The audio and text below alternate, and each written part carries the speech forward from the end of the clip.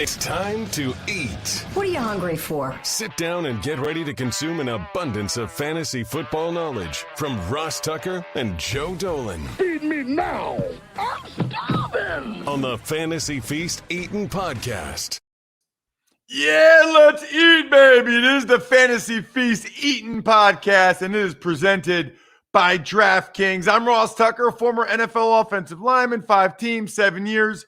Those of you that check us out on youtube.com/Ross Tucker NFL, you can see the game balls and helmets or whatever behind me, or you can just Google it. It's true. I'm not a liar. If I was a liar, I would say I was like a much better player, Pro Bowls, I don't know, made a lot more money, but didn't happen. But I'm thankful for what did happen. Thankful that I've got a nice social media platform at Ross Tucker NFL, Twitter, Instagram, Facebook. We as a show, all of the shows, Ross Tucker Podcast, Even Money, College Draft, Andrew Brandt's Business and Sports, all available at Ross Tucker Pod on Twitter, which is cool. I like fantasy football. I love betting. I like fantasy football. I love Joe Dolan. Joe Dolan, for my money, is the best analyst out there because of the combination of awesome energy and personality plus analysis and information. Joe didn't ask me to say this. I just say this is just my opinion. I know all of them, by the way. I talk to all of them. I go on their shows. For me, it's the fantasy gangster at FG_Dolan. Joe Dolan. He's literally number one ranked, and his personality is amazing, and we love him. FantasyPoints.com is where you can find him. Just use the code 21Feast so they know I sent you. We still have one Madden to give away, but you have to get a story for a loved one at myfrontpagestory.com. And have to is the bad word. You should want to. You get to is how we should describe it. Joe, what are we doing Wednesday at 11 a.m. with the Cowboys and Saints? We still don't know about Amari Cooper as he's having symptoms and might miss a third game with COVID concerns. And it looks like the Saints are going to start your guy, Taysom Hill at quarterback. Taysom at quarterback. Yeah, Amari Cooper, they say it's a personal decision, Ross, and I think we can, in a way, agree with that. But now you're looking at a personal decision that has cost Amari Cooper 2 games, and perhaps coincidentally, maybe not so, the Cowboys are 0-2 in those games. And they have a challenge here against the Saints right now. It's a challenge that, the Saints are reeling. They're going to bench Trevor Siemian to go to Taysom Hill. And I think there's just all kinds of analysis that we've got to do based on a really limited sample size here. And I think Dallas is going to have to come out, and I think Dallas is going to hopefully get CeeDee Lamb back, which is going to help Dak Prescott. So let's look at Dallas's offense right now. Dallas is going to have, I think, Michael Gallup and CeeDee Lamb and Dalton Schultz as their top receivers in this game. Cedric Wilson's hurt, so I think Noah Brown will be the third if you're really desperate. Jerry Jones is on the radio this week, and he says Zeke Elliott is going to have a huge load this week, Ross. He says he's going to have a huge load. I don't believe that at all. First and foremost, no, it's fun. It sounds funny, but no, I don't believe it. So catch this stat. Ezekiel Elliott, counting playoffs, has played in 85 games in his NFL career. In the first 83 games, he had 1 game below 10 carries. In the last 2 games, he has 2 games below 10 carries. That tells you all you need to know. He's not healthy. They trust Tony Pollard more. I am downgrading Ezekiel Elliott on my depth chart. Now, flipping on over to Taysom Hill and the Saints. Now, I'm excited about Taysom Hill from a fantasy perspective. In his 4 starts last year, he finished no lower than quarterback 12 on the week. He finished as high as quarterback 3. He averaged 9.8 carries in those games, 52.3 rushing yards per game. He averaged 11.2 fantasy points per game as a runner in his 4 starts. For reference, Jalen Hurts is at 9.8 this year. Lamar Jackson's at 8.3. So in his 4 starts last year, Taysom Hill produced more as a runner than Jalen Hurts has done this year. So it just goes to show you what kind of upside he has. On the downside, Alvin Kamara looks like he's going to be back, but there's a potential split there with Mark Ingram. And we know that in Taysom Hill's 4 starts last year, Alvin Kamara was not at all productive as a receiver. He had 16 targets and 10 receptions in Taysom Hill's 4 starts last year. 10 of those targets and 7 of those receptions came in one game. Now, I think Dallas is going to be favored in this game. I think Dallas might be playing from ahead. That probably helps Kamara in the receiving game. Just keep an eye on the fact that Taysom Hill might limit Alvin Kamara's opportunities as a receiver. Interesting. All right. What about the Giants at the Dolphins? More to discuss. It looks like Daniel Jones, who played the whole game against the Eagles, is out, Joe. Yeah, and I mean, look, it wasn't like the Giants were an offensive juggernaut in that game by any stretch of the imagination. They won the turnover battle 4-0 and still should have lost the game. But Mike Glennon's going to come in, and Ross, number one, we don't know if Kadarius Toney and Sterling Shepard are going to be available. I think I saw some optimism that Shepard would be available for the Giants. The problem here is I think the Dolphins are going to blitz the ever-loving hell out of Mike Glennon. And, say what you want about Daniel Jones, but, I mean, his mobility was basically the only thing that was working for the offense against the Eagles last week. And Mike Glennon is not mobile. So I think Mike Glennon is going to be a sitting giraffe in that pocket. I mean, it is going to be brutal for him. I don't think it's going to look pretty at all for Mike Glennon. I'm downgrading the entire Giant offense as a result. Saquon Barkley, he had 1 run against the Eagles, and now he's got another tough matchup against the Dolphins.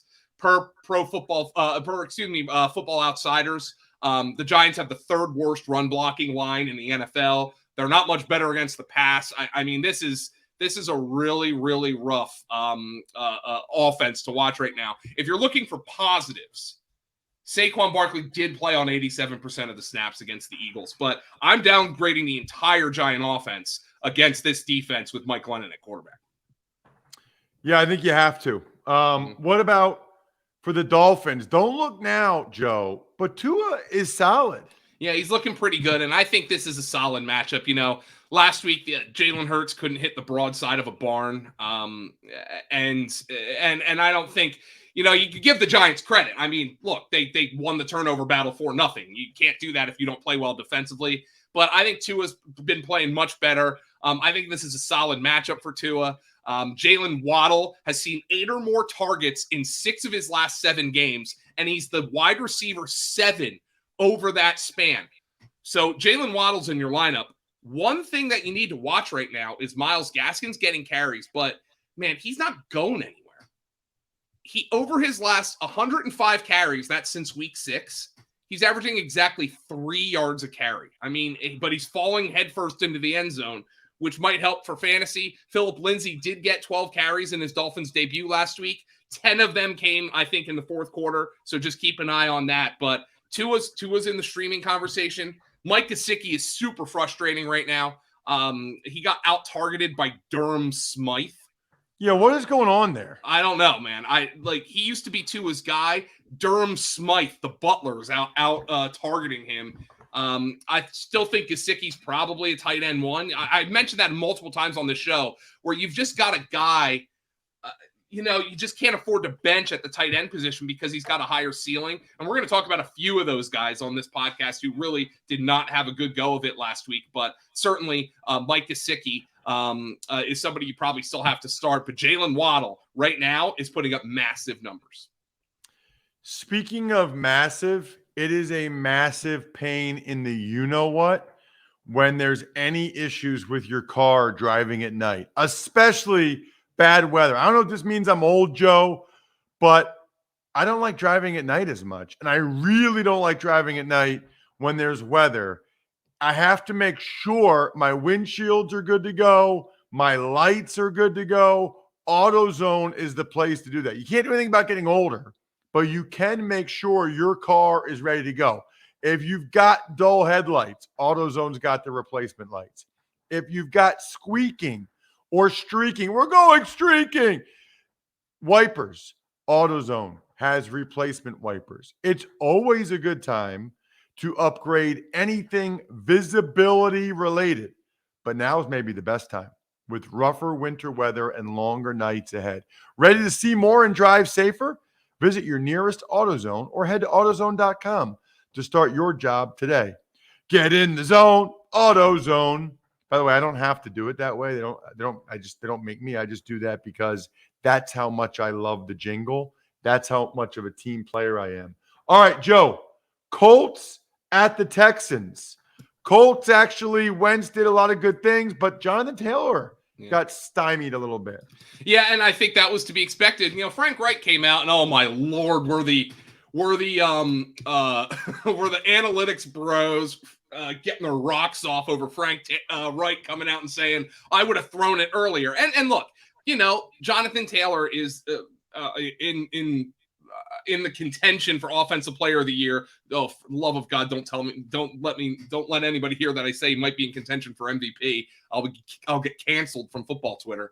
But he's obviously their most important player. Frank Reich said, look, Wentz came out and he did some good things, but he also turned the ball over 3 times. And now, you're looking at Wentz. Okay, so here's the deal with Wentz. In the last 5 games, the Colts are 3-2.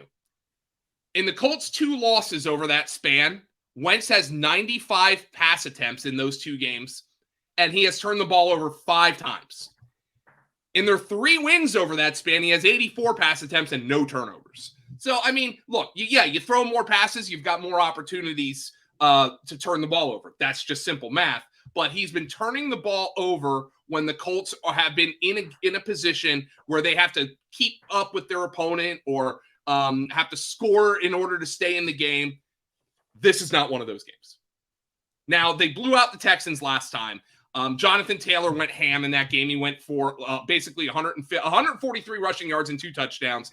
Wentz threw just 20 passes, but he threw for over 200 yards. He averaged over 11 yards per pass attempt in that game. Now, Tyrod Taylor's the quarterback for Houston, which is better than what they had last time when they had Davis Mills in there at quarterback. But, this is going to be a Jonathan Taylor game. I don't think I'm breaking any news to anybody. It's a Jonathan Taylor game. If you stream Wentz, which is viable, he still threw 2 touchdowns against the Texans. Just understand that in an ideal world, the Colts are going to drop him back fewer than 30 times in this game. And of all the good things Wentz did last week against the Buccaneers, he didn't get on the same page as Michael Pittman, which was a little frustrating. He had him open a couple of times and missed them. So I don't know if Pittman, he's not going to have a lot of volume here. And then I would be remiss not to mention the fact that T.Y. Hilton kills the Texans. I know he's not somebody who's been exactly fantasy relevant this year, but he did score against the Texans his last time out.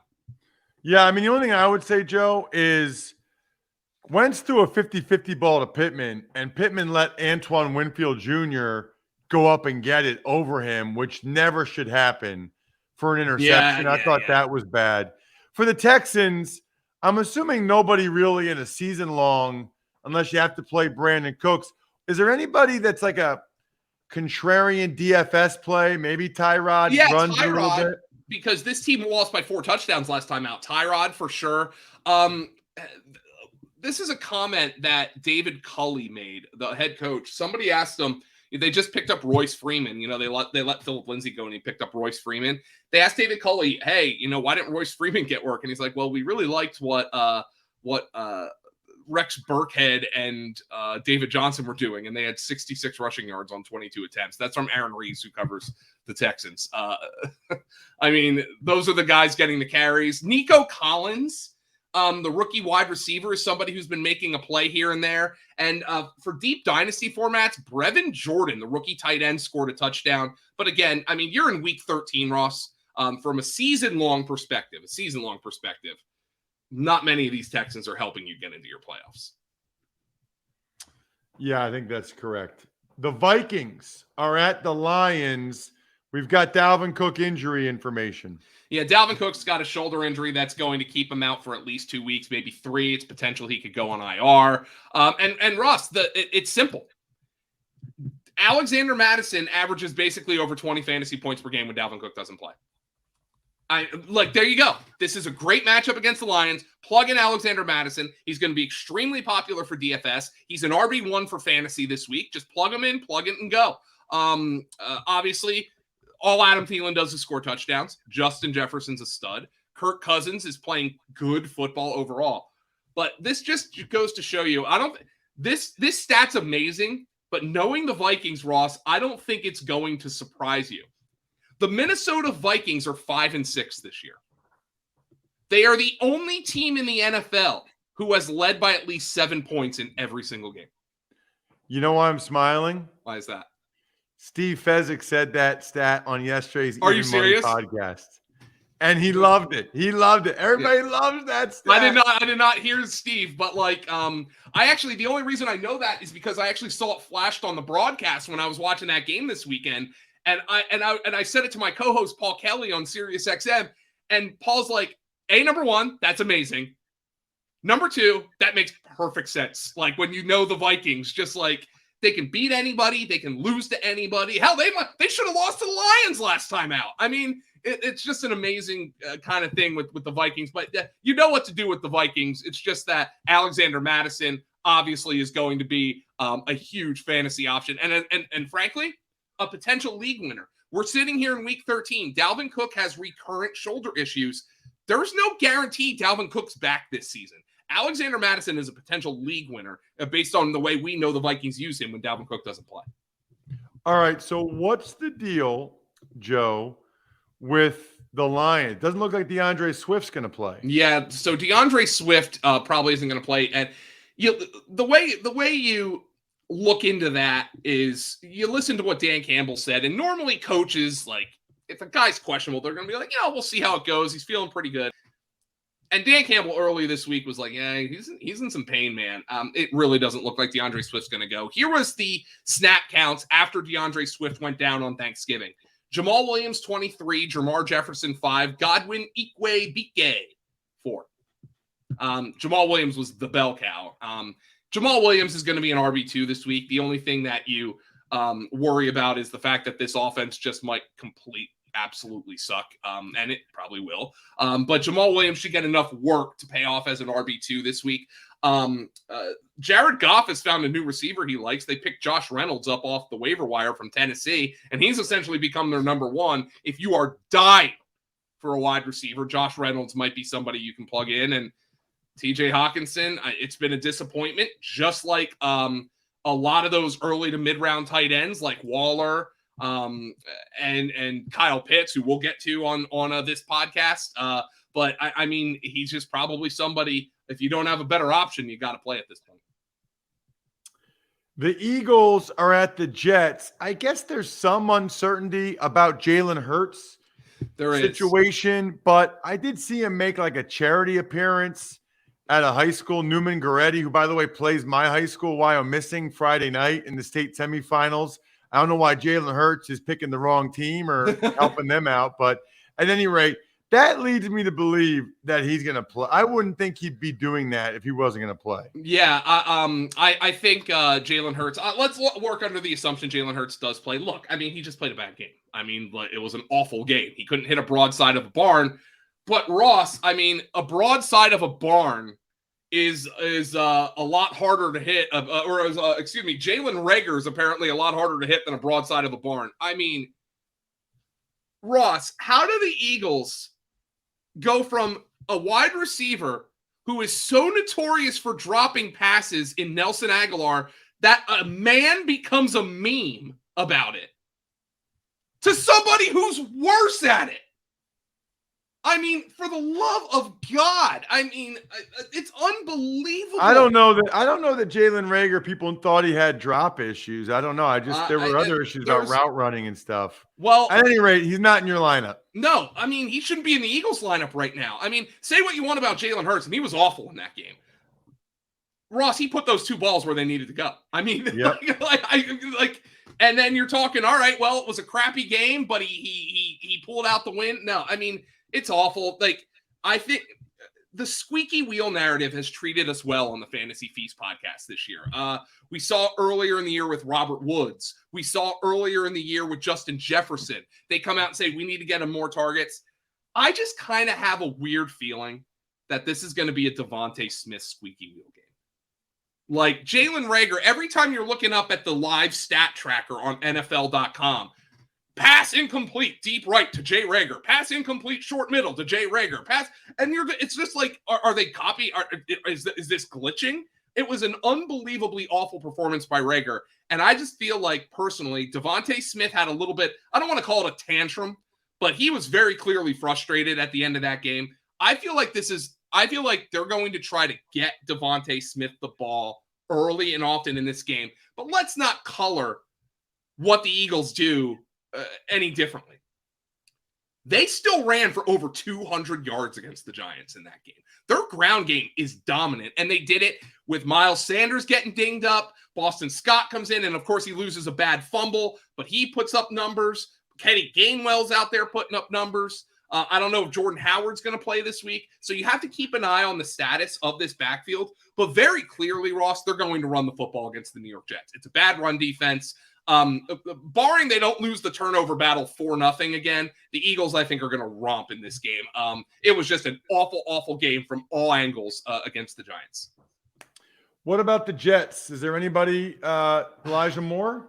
Elijah Moore still led them in targets and receptions, but here is the problem. In all the games that Zach Wilson has played this year, the Jets are averaging roughly 32 pass attempts per game. In the games Zach Wilson has not played this year, or excuse me, that's in Zach Wilson's full games. In the games Zach Wilson has not played this year, they're averaging 46 pass attempts. That is a massive, massive drop-off in volume, which is going to affect the fantasy production for a bad football team. So Zach Wilson's throwing the ball much fewer times than Joe Flacco and Josh Johnson and Mike White and Ken O'Brien and Joe Namath and all the other quarterbacks that they've used this year did. So that's going to affect their offense from a volume standpoint. The only guy I think you can consider here in the receiving core is indeed Elijah Moore. I just am not overly enthused about it against this Eagle defense, which, I mean, they lost last week, but they gave up 13 points. It was a defense that played well. Fair enough. Let's get to the Cardinals at the Bears. But before we do, how about a little salute to those that overcome the odds, rewrite the playbook, deliver under pressure, the MVPs of small business, lead their teams to victory all year long. Visa is proud to provide playmakers everywhere with more tools to help grow their business and help them achieve even greater success. Because the more people we can empower, the more we all win. Visa, a network working for everyone. Joe, who is working for us for the Cardinals against the Bears? Yeah, so I think James Conner's in your lineup, obviously. But bearing the lead there, it looks like Kyler Murray and DeAndre Hopkins are going to be back this week. And I think Cliff Kingsbury and his staff did an outstanding job. And by the way, Cliff Kingsbury knows he did an outstanding job because his agent's out there floating. Hey, Oklahoma, man. What? Hey, well, you know, the job's open. I only have 1 year left on my deal. So Cliff's agent's out there doing the Lord's work. They know he's done a good job. They go 2-1 with Colt McCoy, but it looks like Murray and Hopkins are going to play. And you got to be honest, now those guys have had 4 weeks off. It's probably pretty good for them. Like, they're probably feeling pretty good at this point. You're putting both of those guys in your lineup. Zach Ertz is a tight end 1 right now. I don't know, given the state of the position, how you could possibly sit Zach Ertz right now. Overall, the Cardinals are pretty easy for me. I want to see what this passing game looks like with Murray, with Hopkins, with Ertz in it before I take a shot again on like a Christian Kirk. Maybe, Rondale Moore might be somebody you're interested in. He caught 11 passes his last time out. Of course, he caught 11 passes for just 51 yards against the Seahawks. So maybe you're interested in him, but I really would rather see what this passing game looks like before I trust any of these other secondary receivers. But certainly the return of Kyler Murray and DeAndre Hopkins is music to the ears of Cardinal fans. What about Joe on the other side with the Bears? Yeah, so, I mean, you say this and people want to jump down your throat. But the fact of the matter is, and you blame whoever you want for this, please. But the fact of the matter is, the Bears' offense is better with Andy Dalton right now. And you can blame Matt Nagy for that. You can blame Ryan Pace for that. You can blame the Hallis family. I don't care who you blame. It is. And if I'm playing fantasy, if I have Darnell Mooney in my lineup, if I have Cole Kmet in my lineup, if I have David Montgomery in my lineup, I would rather Andy Dalton be the quarterback because I just feel like this offense moves better with Andy Dalton in there. And I don't know what's going to happen if Justin Fields is 100%. I'm not 100%. I'm not in any way sure about that. God knows what the heck Matt Nagy's going to do, but I just feel like this offense moves better with Andy Dalton. I'm not telling you Andy Dalton's great. Look, they could have lost to the Lions. Okay, they scored 16 points, but he moved the offense. He threw for 317. He completed 24 passes. Mooney had a nice game. Kmet had a nice game. I'm just saying, I think the offense moves better with Dalton, and I'm more willing to play my Bears if Andy Dalton's in there at quarterback. Got it. Let's move on. Now, this is interesting. It's the Chargers at the Bengals. And I know on the Even Money podcast, Steve Fezzik likes the over. He likes a lot of points in this one. Yeah, so and let's start with the new Derrick Henry, who's Joe Mixon. And Joe Mixon has been the straw that stirs the drink for the Bengals. He had that ankle injury in week 5, but he's averaged basically 25 fantasy points per game over his last 6 games. So since week 6, since he got over that ankle injury, he's behind only Jonathan Taylor in fantasy points per game.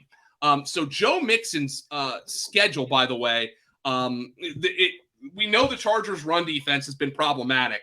This is a Joe Mixon game. Expect him to be very highly rostered in DFS contests this week, and for good reason. The guy's getting 30 carries a game, and he's producing. So Joe Mixon, very highly very highly owned in those DFS contests. But that's also come with a little bit of a downside from the Bengals angle because Jamar Chase has really kind of cooled off. He had the 200-yard game against the Ravens in week 7.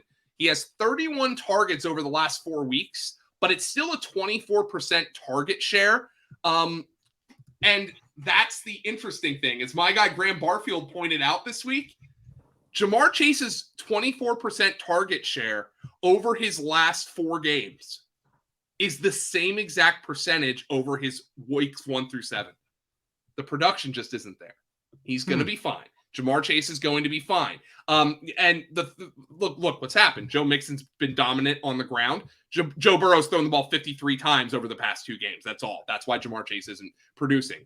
So I think the Cincinnati Bengals are going to lean on Joe Mixon in this game, though, and I wouldn't worry about Jamar Chase, especially if Fezzik likes the over in this game. I'd be inclined to start my Bengals for sure. What about for the Chargers? Kind of like a very simple fantasy team here with the one exception of, man, I won a matchup this past week because Jared Cook scored a touchdown, and it was the luckiest damn thing of all time. I mean, they targeted 4 tight ends in that game. Cook, Steven Anderson, Trey McKitty, and Donald Parham. I mean, I cannot, in good faith, recommend a tight end from a team that targets 4 different ones. I can't do it. I just had to start Jared Cook in desperation, and I lucked out with a touchdown. That's all you got to do if you start Jared Cook. I know he's not really on the injury report, but since Mike Williams landed on that injury report with the knee injury, he's really slowed down. In his first 5 games of the season, Williams had 16 targets of 15 or more air yards, which we would consider a deep ball. Yeah. That's over the first 5 games of the season. Over his last 6 games, he has just 8 such targets. So he's working in the much shorter area. It's very clear to me that Mike Williams is affected by this injury. He's more of a wide receiver 3 to me at this point. But, Fezzik likes the over. I think this is a highly competitive game. I think that speaks to the fact that Justin Herbert is going to have to throw the ball. And, when he throws it, it's going to go to Allen, it's going to go to Williams, and it's going to go to Austin Eckler, who might be, outside of Jonathan Taylor and maybe Joe Mixon, might be the best running back in fantasy right now, given all the injuries that we have otherwise. Wow.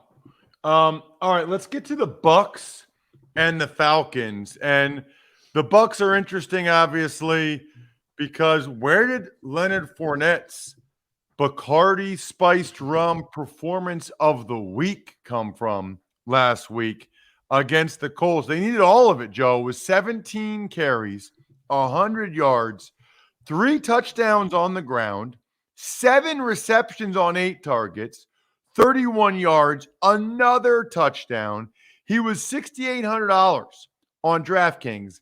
He gave you 47.1 total fantasy points, putting together the DraftKings performance of the week presented by Bacardi spiced rum. And it was really, Joe, he and Gronk. It wasn't the receivers.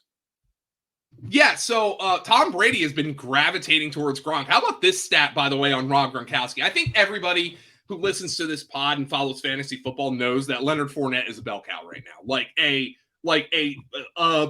hardcore bell cow. Like he's the passing down back, he's the early down back. It's basically only when they spell Ronald Jones and Ronald Jones vultures a touchdown that it doesn't come through. But I mean, even in a game when Jones vultured a touchdown, Fournette still scored 4. But how about this on Gronk? In his 5 full games this season, he's averaging 18.2 fantasy points per game. That would make him easily the tight end 1. Travis Kelce's averaging 16.9. Tom Brady loves throwing the ball to Rob Gronkowski, man, and I'm not sure that's going to change. The one thing that could change, though, is the Bucs could get Antonio Brown back this week. Now, over the first 5 weeks of the season, the 3 wide receivers for the Buccaneers were all productive. Evans was wide receiver 11. AB was wide receiver 13. Chris Godwin was wide receiver 15. But Godwin is the guy who takes the biggest hit. Because Godwin averages over the last 2 seasons 15.3 fantasy points per game when Antonio Brown plays versus 18.4 fantasy points per game when Antonio Brown doesn't play. So just to visualize that, not that you're benching Godwin, but that's the difference between Terry McLaurin and Justin Jefferson this year. So that's a pretty significant drop-off for Chris Godwin. If Antonio Brown plays, Godwin's the guy who I think takes the biggest hit. All right. What about Atlanta on the other side? It's been slow for Kyle Pitts, but Cordero Patterson got back in the mix. Yeah, Cordero Patterson's their best player, and no offense to Cordero Patterson because what he has done is amazing. The fact that he's their best player probably says a lot more about the Falcons than it does about anything else. It's unbelievable. By the way, he's finished as the running back 20 or better in 8 straight of his healthy games. He's an unbelievable player. But here's the problem with Kyle Pitts. Outside of the 2 games against the Jets and the Dolphins, they were back-to-back games, but not back-to-back weeks. In weeks 5 and 7, he's averaging basically 7.5 fantasy points per game. Like, I don't know how you sit him because it's not like you have a better option. But I think teams know in the passing game you can key on Kyle Pitts, and if you take him away, you're gonna shut down their passing game. It's just so ugly for the Falcons right now. And Russell Gage, he's a guy who can go out there and drop 6 for 60 and a touchdown for you, or literally a goose egg. He has 2 goose eggs over his last 4 games. So this is an offense that's really hard for me to talk about right now. That makes sense. You know what else makes sense? That we do 2 episodes. We do one with the Thursday night game and all the Sunday ones. Then we do all the Sunday late games, Sunday night, Monday night. It's episode 2. It's the show that's so nice we do it twice. And we will start episode 2 recording now. We'll have it in your podcast apps shortly after midnight so you can listen on your way to work tomorrow. Other than that, I'm stuffed, but I have room for dessert. Thanks for listening to the Fantasy Feast podcast. Make sure to also subscribe to the Ross Tucker Football Podcast, Even Money, Business of Sports, and the College Draft. All available at Apple Podcasts, rosstucker.com, or wherever podcasts can be found. A lot of times on the show, I mentioned DraftKings. Here's what you need to know. You got to be 21 or older, New Jersey, Indiana, or Pennsylvania only. New customers only. Restrictions apply. See DraftKings.com/sportsbook for details. Gambling problem, call 1-800-GAMBLER, or in Indiana, 1-800-9-WITH-IT. By the way, if what I was talking about included a deposit bonus, doesn't always, sometimes it does. Deposit bonus requires 25 times playthrough, and deposit bonuses are paid out in site credit.